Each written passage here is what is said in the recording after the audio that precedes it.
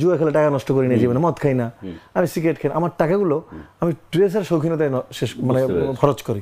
একটা ভালো ঘড়ি দেখলে, একটা ভালো সানগ্লাস দেখলে, একটু চাকচিকে, একটু পাথর, একটু স্টোন, এগুলো আমাকে টানে। দেখেন স্টোনের জিনিস, এটা যদি ল্যাভেন্ডারের, তো এই জিনিসগুলো আমাকে খুব টানে। এবং আমি ওয়েল ড্রেস, একটু আমি মানে বাসার থেকে বেরোয়ার সময় একটু সুন্দর প্যান্ট, জুতা, সুন্দর করে ব্লেজার টেজার পরে বের হবে, একটু পারফিউম দিয়ে, পাশ থেকে হেঁটে গেলে ঘ্রাণ পাই। এগুলো আমার ছোটবেলা থেকে কাজ করে। আচ্ছা, সেই মানে ছোটবেলা থেকে কাজ, তখন তো আর এত সম্ভব ছিল না, সেই এই বেলায় এসে সেই জিনিসটা পূরণ করছেন।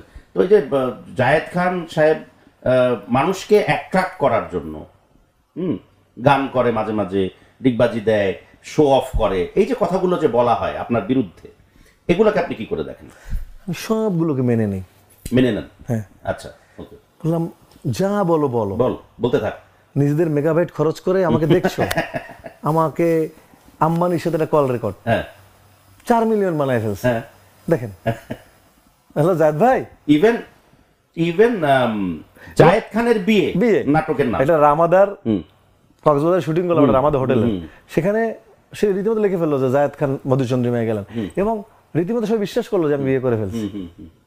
এবং জায়েদ খানের বিয়ে নাটক শুরু হয়ে গেছে আমার নামে, মানুষ বালিশের কভারে দিচ্ছে, ডিগবাজি মারতেছে মেয়েরা, কোথায় নাই। তো জায়েদ খান যেভাবেই হোক ইজ আ সেলেবল পারসন, তাকে সেল করা যায়। ফারুকি ভাইয়ের প্রমোশনে হেলিকপ্টারে উঠে গেছি না, দুটো ডিগবাজি মেরে, তো পুরো চরকির মানুষ জেনে গেছে যে সামথিং লাইক অ্যান অটোবায়োগ্রাফি আসতেছে, জায়েদ খান জানাই দিছে।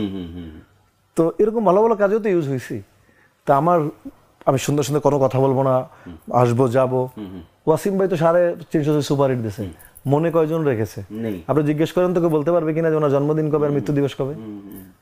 এই দক্ষিণ এশিয়ার মধ্যে আপনি জানবেন, যেহেতু আপনি ফিল্ম পরিবারের, ওয়াসিমের মতো ছবি খুব কম লোক সুপারহিট দিছে। সত্যি কথা, যিনি নায়ক পর্দায় আসলে মানুষ পয়সা মারতো, হি ইজ দ্য নাম or on superstar in Bangladesh, Wasim সাহেব, রাইট, এক্স্যাক্টলি।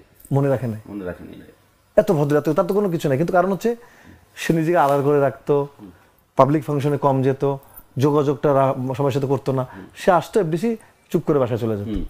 তো যার কারণে এই যুগে, বিশেষ করে বিশ্বায়নের যুগে, সামাজিক যোগাযোগ মাধ্যমের যুগে আপনার আলোচনায় থাকতে হবে, এছাড়া আপনি হারিয়ে যাবেন।